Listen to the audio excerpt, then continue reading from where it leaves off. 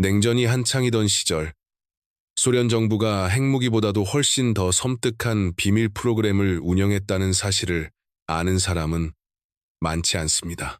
최근 기밀 해제된 KGB 문서 깊숙한 곳에서 연구자들은 이름이 대부분 검게 지워진 기록 속에 등장하는 한 여성에 대한 언급을 발견했습니다. 그녀는 태어날 때부터 시각장애인이었습니다. 모스크바의 작은 아파트에서 살았고 함께 일했던 사람들의 증언에 따르면 살아있는 사람이라면 결코 볼 수 없어야 할 것들을 볼 수 있었다고 합니다.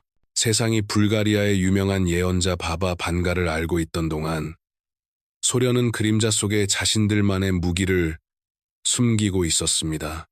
그녀의 이름은 나탈리아 베으테레바였지만 일부 문서에서는 단지 피험자 7번으로만 기록되어 있습니다. 그녀가 죽음과 의식의 본질에 대해 밝혀낸 사실은 우리가 현실이라고 믿어온 모든 것의 토대를 뒤흔들 만한 것이었습니다. 끝까지 지켜보세요. 이 여성이 어둠 속에서 보았던 것이 우리가 죽은 뒤 무엇이 일어나는지에 대한 당신의 생각을 완전히 바꿔놓을지도 모릅니다. 이 이야기는 도시가 아직 상트페테르부르크라는 이름을 되찾기 전 1959년의 레닌그라드에서 시작됩니다. 나탈리아 베으테레바는 자신의 눈으로는 결코 세상을 볼 수 없는 운명을 안고 태어났습니다. 희귀한 유전 질환으로 인해 그녀는 완전히 시각을 잃었고 그녀의 세계는 오직 소리와 촉감 그리고 또 다른 무언가로 이루어져 있었습니다. 그 무언가는 네바강 근처의 비좁은 아파트에서 재봉사로 일하던 어머니에게조차 설명할 수 없는 것이었습니다. 나탈리아는 4살 무렵부터 집안의 구석구석에 사람들이 서 있다고 묘사했다고 전해집니다. 매우 구체적인 묘사였습니다. 회색 코트를 입은 남자, 꽃을 들고 있는 여자, 왼쪽 뺨에 흉터가 있는 노신사. 하지만 어머니의 눈에는 아무것도 보이지 않았습니다. 그럼에도 나탈리아는 그들이 분명히 그 자리에 있으며 부엌의 식탁이나 어머니의 목소리만큼이나 자신에게는 실제라고 주장했습니다. 수년 동안 어머니는 이러한 일들을 한 번도 본 적 없는 세상을 상상으로 만들어내는 시각장애 아이의 공상이라고 치부했습니다. 하지만 나탈리아의 묘사는 점점 더 구체적이 되었고 동시에 점점 더 불안한 수준으로 변해갔습니다. 그녀는 도저히 볼 수 없었을 얼굴의 표정은 물론 옷차림과 자세까지 상세하게 설명했다고 합니다. 1965년 겨울, 나탈리아가 6살이 되었을 때의 일입니다. 그녀는 아파트 창가에 한 젊은 남자가 서 있다고 말했습니다. 해군 제복을 입고 있었고 매우 슬퍼 보였다고 했습니다. 사흘 뒤, 어머니의 오빠이자 해군 장교였던 남성이 훈련 중 사고로 사망했습니다. 나탈리아가 묘사한 제복은 어머니가 서랍 속에 숨겨두고 있던 한 장의 사진 속 모습과 정확히 일치했습니다. 그 사진은 나탈리아가 평생 본 적도 없고 존재조차 알 수 없었던 것이었습니다. 이 사건이 유일한 예외는 아니었습니다. 이웃들의 증언에 따르면 나탈리아는 아파트 단지를 걸어 다니며 수십 년 전에 그곳에 살았던 사람들에 대해서도 묘사할 수 있었다고 합니다. 기록으로 남아있는 한 사례에서 그녀는 4층의 특정 아파트 창가에 늘 앉아있던 한 노파에 대해 이야기했습니다. 그 여인은 뜨개질을 하곤 했고 특정한 멜로디를 흥얼거렸다고 나탈리아는 말했습니다. 현재 그 아파트에 살고 있던 주민들은 그런 여인을 전혀 알지 못했습니다. 그러나 30년 넘게 그 건물에서 일해온 관리인은 나탈리아의 묘사와 정확히 일치하는 여성이 1952년 사망할 때까지 그 아파트에 살았다고 확인해 주었습니다. 그때 나탈리아가 흥얼거린 멜로디는 바로 그 여인이 가장 좋아하던 노래였습니다. 1975년 나탈리아가 16살이 되었을 무렵에는 그녀의 능력에 대한 소문이 이미 동네를 넘어 퍼져나가고 있었습니다. 공식적으로는 무신론을 내세웠던 소련 사회였지만 초자연적 현상에 대한 은밀한 호기심은 깊게 자리 잡고 있었습니다. 특히 KGB는 1960년대 초반부터 미국의 프로젝트 스타게이트와 같은 프로그램에 맞서 초능력에 대한 비밀 연구를 진행하고 있었습니다. 1975년 봄, 어두운 코트를 입은 두 남자가 나탈리아의 아파트를 찾아왔습니다. 그들이 내민 신분증은 어머니조차 제대로 이해하기 힘든 것이었습니다. 국가안보기관. 그들은 나탈리아의 능력을 시험하겠다고 했습니다. 그것은 요청이 아니라 사실상 통보였습니다. 그 이후의 일은 모스크바 외곽에 있는 한 시설에서 벌어졌습니다. 공식적으로는 존재하지 않는 곳이었고 수십 년 뒤에 복원된 문서들에서도 그 장소는 오직 객체 47B라는 코드명으로만 언급됩니다. 나탈리아는 창문 하나 없는 하얀 방으로 안내되었습니다. 보고서에 따르면 그녀는 의자에 앉아 있는 동안 과학자들이 생체 신호를 측정했습니다. 그들은 그녀가 볼 수 없는 물건들을 제시했고 한 번도 들어가 본 적 없는 방에 대해 묘사해보라고 요구했습니다. 전형적인 초능력 실험 절차였습니다. 하지만 나탈리아의 반응은 전혀 전형적이지 않았습니다. 그녀는 물건이나 공간을 설명하지 않았다고 전해집니다. 대신 사람들에 대해 이야기했습니다. 실험실 구석구석에 서 있는 사람들에 대해서 말이죠. 과학자들의 눈에는 전혀 보이지 않는 사람들 말입니다.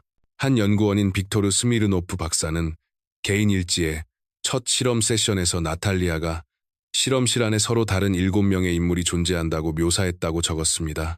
그녀는 신체적 특징을 매우 구체적으로 설명했습니다. 나이, 옷차림, 감정 상태까지도 말이죠. 하지만 스미르노프 박사와 동료들의 눈에는 아무도 보이지 않았습니다. 그런데 나탈리아가 한 인물을 묘사하자 스미르노프 박사는 그대로 얼어붙었다고 합니다. 머리숱이 듬성듬성한 50대 남자, 두꺼운 안경을 쓴 모습. 그 설명은 석 달 전 바로 그 실험실에서 심장마비로 사망한 그의 전 동료 아나톨리 그리고로프 박사와 완벽하게 일치했습니다. 나탈리아는 그의 얼굴 표정까지 묘사했습니다. 걱정스러워 보였다고 했습니다. 불안한 표정이었다고 말이죠. 이후 스미르노프 박사는 일지에 그리고 로프가 죽기 전 몇 주 동안 연구가 위험하다고 확신하며 깊은 불안에 시달렸다고 기록했습니다. 하지만 그 누구도 나탈리아에게 그리고로프에 대해 말해준 적이 없었습니다. 그녀는 그 실험실에 와본 적조차 없었기 때문입니다. 실험은 18개월 동안 계속되었습니다. 매 세션마다 나탈리아의 기이한 인식 능력에 대해 더 많은 사실이 드러났습니다. 그녀가 죽은 이들을 무작위로 보는 것은 아니었습니다. 그녀의 설명에 따르면 어떤 장소들은 다른 곳보다 훨씬 더 존재감이 강했습니다. 병원, 오래된 건물, 죽음이 발생했던 장소들 말입니다. 나탈리아는 이를 시간의 층들이 동시에 존재하는 상태라고 자신만의 말로 표현했습니다. 죽은 이들은 사라진 것이 아니라고 그녀는 주장했습니다. 그들은 우리의 세계와 인접한 어떤 공간에 존재하며 자신의 시각장애가 오히려 다른 종류의 시야를 열어주었기 때문에 그들을 볼 수 있게 되었다는 것입니다. 과학자들은 이를 어떻게 받아들여야 할지 알지 못했습니다. 사기일 가능성은 낮아 보였습니다. 나탈리아는 자신이 묘사한 사람들에 대한 어떤 정보에도 접근할 수 없었고 돈이나 명성을 요구한 적도 없었습니다. 그녀는 단지 자신이 인식한 바를 놀라울 정도로 일관되게 보고했을 뿐이었습니다. 지금 오싹함이 느껴지지 않나요? 우리가 의식에 대해 이해하고 있다고 믿는 것이 사실은 우리가 생각하고 싶은 것보다 훨씬 더 제한적일지도 모른다는 그 느낌 말입니다. 1977년에 이르자 KGB는 나탈리아를 실제 작전에 투입하기 시작한 것으로 전해집니다. 구체적인 내용은 여전히 기밀로 남아있지만 단편적으로 공개된 정보에 따르면 그녀는 의심스러운 사망 사건을 조사하거나 특정 인물이 정말로 사망했는지 아니면 죽음을 위장하고 해외로 탈출했는지를 판단하는 데 활용되었습니다. 부분적으로 기밀 해제된 한 메모에 따르면 나탈리아는 자살한 것으로 알려진 한 망명자의 아파트로 데려가졌습니다. 그녀는 그 공간에 약 20분 동안 머물렀고 이후 요원들에게 수사를 다시 시작하게 만든 말을 했습니다. 그곳에서는 아무런 존재도 느껴지지 않는다고 말한 것입니다. 죽음의 흔적이 전혀 없다는 것이었습니다. 다른 장소들에서 느껴지던 잔재가 그 남자가 죽었다는 아파트에는 없었다는 겁니다. 그것은 조작된 현장이었습니다. 이후의 추가 조사는 그녀의 판단이 옳았음을 확인해 주었습니다. 그 망명은 성공적이었고 자살 현장은 추적을 따돌리기 위해 만들어진 연출이었습니다. 그러나 나탈리아의 담당자들을 가장 불안하게 만든 것은 그녀가 다른 장소들에서 보았다고 주장한 것들이었습니다. 1978년 겨울, 그녀는 우랄 산맥에 위치한 한 군사시설로 이동되었습니다. 공식적인 목적은 지금까지도 밝혀지지 않았습니다. 다만 스미르노프 박사의 일지에 따르면 나탈리아는 특정 지하시설을 방문한 이후 극도로 동요한 상태가 되었습니다. 그녀는 그곳에 수백 개의 존재가 있다고 묘사했습니다. 서로 겹쳐 있고 혼란스러우며 분노에 찬 상태였다고 했습니다. 그들은 자신들에게 무슨 일이 일어났는지 이해하지 못하고 있었다고 말했습니다. 훗날 밝혀진 바에 따르면 그 시설은 과거 방사능 사고가 발생했던 장소였습니다. 노동자들은 아무런 경고도 없이 갑작스럽게 사망했습니다. 나탈리아는 그들의 혼란과 공포를 느낄 수 있었다고 주장했습니다. 그들은 여전히 그곳에 남아 있었고 왜 자신들이 떠날 수 없는지 이해하려 애쓰고 있다고 말했습니다. 이 모든 이야기는 가장 냉철한 회의론자조차도 한 번쯤은 생각해보게 만드는 논리적인 질문을 던집니다. 만약 의식이 죽음 이후에도 계속된다면 그것은 우리가 현실의 본질에 대해 알고 있다고 믿어온 모든 것에 대해 무엇을 의미하는 걸까요? 전환점은 1981년에 찾아왔습니다. 그때 나탈리아는 32살이었습니다. 전해지는 바에 따르면 그녀는 스미르노프 박사와의 면담을 요청했습니다. 그리고 더 이상 실험을 계속할 수 없다고 말했습니다. 그녀가 잔재라고 부르던 것들과 끊임없이 접촉하는 일이 자신을 변화시키고 있다는 것이었습니다. 이제는 살아있는 사람과 죽은 사람을 확실하게 구분할 수 없게 되었다고 했습니다. 붐비는 방 안에 있어도 누군가 다른 사람과 실제로 상호작용하기 전까지는 그가 살아있는지 아닌지 알 수 없다는 것입니다. 경계가 무너지고 있었습니다. 그녀는 마치 두 세계 사이에 끼어 어느 쪽에도 온전히 속하지 못한 채 존재하는 느낌이라고 묘사했습니다. 스미르노프 박사는 그녀를 설득하려 했다고 전해집니다. 연구는 너무나 중요하며 의식에 대한 어떤 심오한 진실에 거의 다가가고 있다는 것이었습니다. 그러나 나탈리아는 거부했습니다. 그리고 그가 일지에 기록해 두었고 지금도 이를 읽는 사람들의 등골을 오싹하게 만드는 말을 남겼습니다. 죽은 이들은 단순한 관찰자가 아니라는 것이었습니다. 그들은 인식하고 있었고 자신이 그들을 볼 수 있다는 사실을 알고 있었습니다. 그리고 소통하려 하고 있었다고 했습니다. 그들 모두가 선의의 존재는 아니었다고요. 그녀는 특히 한 존재에 대해 이야기했습니다. 차가운 눈빛을 한 노인. 그는 어디를 가든 그녀를 따라다녔다고 합니다. 그녀의 아파트, 실험실, 거리 위까지. 그는 한마디도 하지 않았지만 그의 시선은 의식을 짓누르는 무게처럼 느껴졌다고 했습니다. 그가 누구인지, 무엇을 원하는지는 알 수 없었습니다. 다만 이 일을 계속한다는 것은 더 많은 존재들을 불러들이는 것이며 이해할 수도 통제할 수도 없는 힘에 스스로를 노출시키는 일이라는 것만은 분명히 알고 있었습니다. KGB는 협조하지 않는 자산을 달가워하지 않았습니다. 하지만 나탈리아에게는 그들도 무시할 수 없는 것이 있었습니다. 그녀는 알고 있었고 보아서는 안 될 것들을 보았습니다. 제한구역에서의 일들, 죽은 고위 인사들의 잔재로부터 들은 대화들까지. 만약 그녀가 입을 열어 죽은 자들이 보여준 비밀 프로그램과 극비 작전에 대해 세상에 말한다면 그 파장은 치명적일 수밖에 없었습니다. 그래서 그들은 다른 선택을 했습니다. 나탈리아는 현역 임무에서 물러나는 대신 모스크바에 남아 감시를 받으며 살아가게 됩니다. 그리고 어떤 상황에서도 자신이 겪은 일에 대해 절대 말하지 않는다는 조건이 붙었습니다. 12년 동안 나탈리아 베흐테레바는 비교적 세상의 시선에서 벗어난 채 살아갔습니다. 그녀는 뛰어난 청각을 살려 피아노를 가르치는 음악 교사로 일했습니다. 혼자 살았고 아파트를 거의 벗어나지 않았습니다. 훗날 이웃들은 그녀가 늘 어딘가에 사로잡힌 듯 보이면서도 동시에 평온해 보였다고 회상했습니다. 마치 자신의 기이한 인식 능력과 화해한 사람처럼 말이죠. 그러던 1993년 소련이 붕괴된 지 2년이 지난 뒤 나탈리아는 이미 노년이 된 스미르노프 박사에게 먼저 연락을 취했습니다. 그녀는 자신이 알게 된 것들을 전하고 싶다고 했습니다. 두 세계를 동시에 보며 살아온 그 모든 세월이 자신에게 무엇을 가르쳐 주었는지를 말하고 싶다는 것이었습니다. 두 사람은 11월의 잿빛 오후 그녀의 아파트에서 만났습니다. 스미르노프 박사는 그 대화를 녹음했고 그 녹취의 일부가 훗날 세상에 알려지게 됩니다. 나탈리아의 목소리는 차분했지만 단호했습니다. 그녀는 죽음이 사람들이 상상하는 것과는 전혀 다르다고 말했습니다.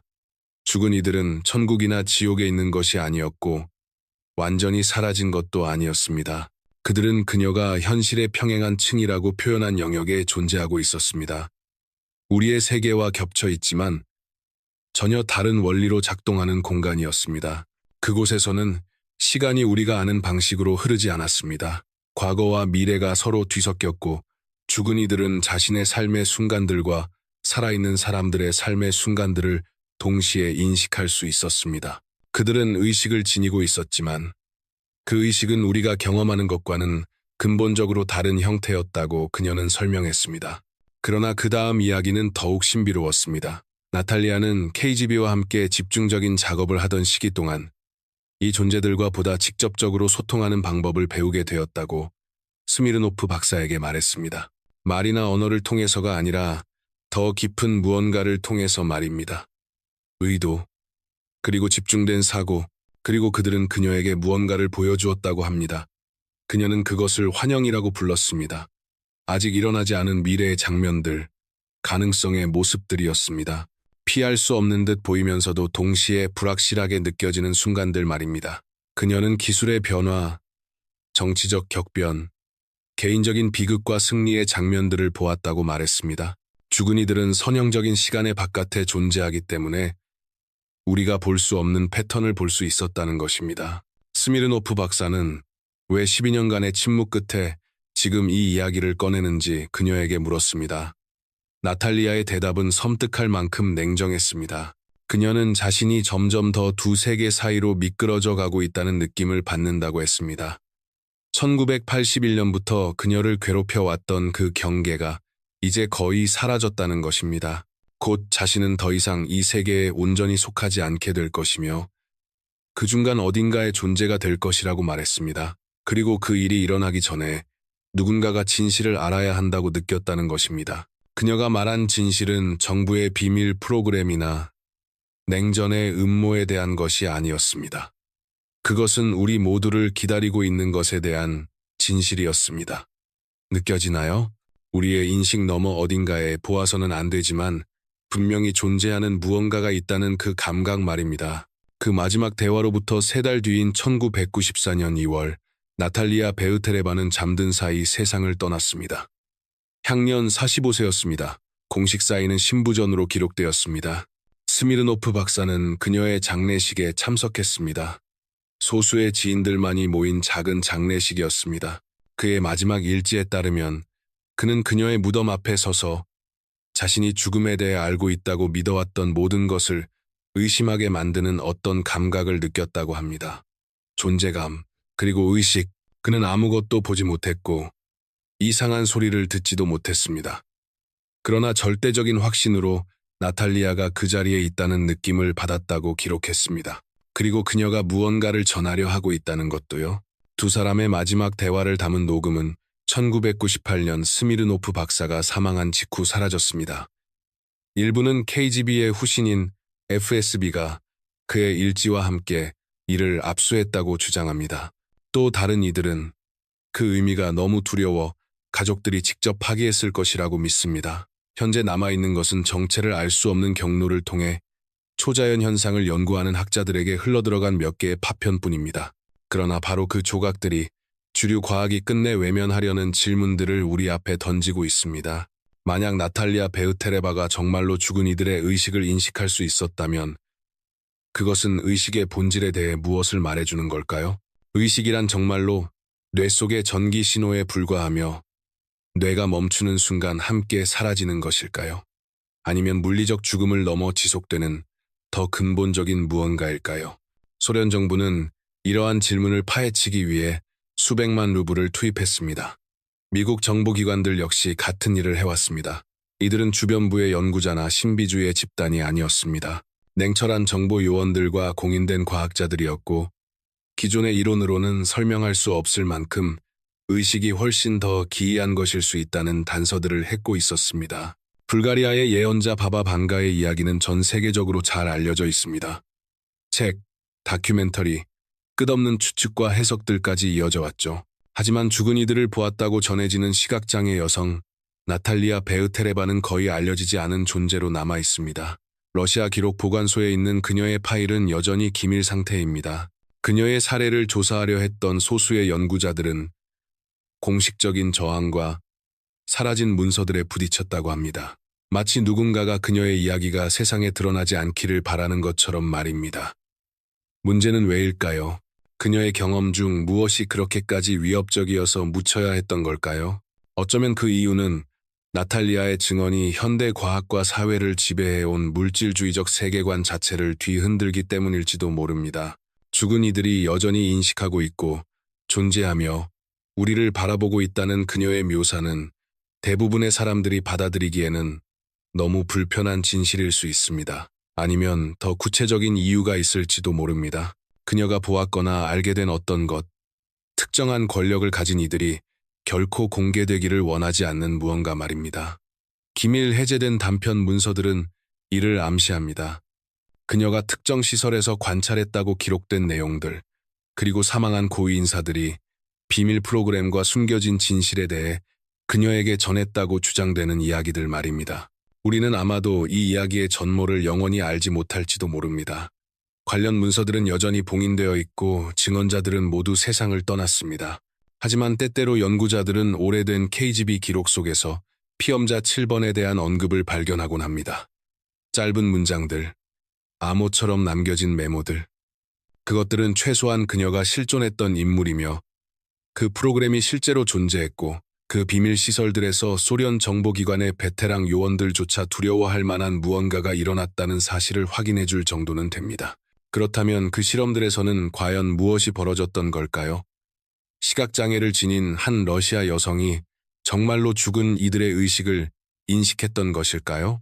그녀는 우리가 아직 받아들일 준비가 되지 않은 현실의 본질에 관한 비밀을 알게 되었던 걸까요? 아니면 이 모든 것이 냉전 시대의 정교한 연출, 심리적 조작, 혹은 단순한 망상에 불과했던 걸까요? 이성적인 사고는 언제나 단순한 해답을 원합니다. 사기, 환각, 오해. 그러나 때때로 이성은 자신이 분류할 수 없는 무언가와 마주하게 됩니다. 우리가 믿고 싶은 것보다 현실이 훨씬 더 신비롭다는 가능성을 암시하는 무언가 말입니다. 나탈리아 베으테레바는 32년 동안 대부분의 사람들이 볼 수 없는 세계를 인식하며 살아왔습니다. 그녀는 역사상 가장 비밀스러운 정보기관 중 하나를 위해 일했습니다. 그리고 마침내 자신이 배운 것을 말했을 때 그녀는 죽음이 끝이 아니라 그 누구도 상상하지 못했던 훨씬 더 낯설고 복잡한 무언가로의 전환이라고 묘사했습니다. 만약 그녀의 말이 사실이라면 어떨까요? 만약 의식이 뇌의 죽음과 함께 끝나지 않는다면요? 만약 죽은 이들이 여전히 이곳에 존재하며 현실의 평행한 층에서 인식하고 지켜보고 그들을 감지할 수 있는 누군가와 소통하려 하고 있다면요? 그리고 만약 그런 인식의 문을 여는 것이 한 번 열리면 다시는 완전히 닫을 수 없는 무언가를 삶 속으로 들여오는 일이라면 어떨까요? 이것이 바로 나탈리아 베으테레바가 남긴 질문들입니다. 과학은 애써 외면하고 종교 또한 명확하게 답하지 못하는 질문들. 우리가 알고 있는 것과 감히 마주하기 두려워하는 것 사이에 공간에 떠 있는 질문들입니다. 그리고 오늘 밤 어둠 속에서 침대에 누워있을 때 당신은 문득 이런 생각을 하게 될지도 모릅니다. 과연 나는 정말 혼자인 걸까? 아니면 우리의 평범한 인식이 닿지 않는 바로 그 너머에서 무언가가 늘 존재하며 누군가가 마침내 자신들을 보게 되기를 기다리고 있는 건 아닐까 하고 말이죠. 죽은 이들을 보았다는 그 시각장애 여성은 자신의 비밀을 무덤까지 가져갔습니다. 하지만 만약 그녀의 증언이 정확했다면 죽음은 그녀 이야기의 끝이 아니었을지도 모릅니다. 어쩌면 그녀는 지금도 그 평행한 현실의 층 어딘가에 존재하며 우리가 상상조차 할 수 없는 것들을 인식하고 있을지도 모릅니다. 그리고 우리가 아직 이해하지 못하는 어떤 방식으로 의식과 죽음의 진정한 본질에 대해 자신이 알게 된 것을 여전히 우리에게 전하려 하고 있는지도 모릅니다.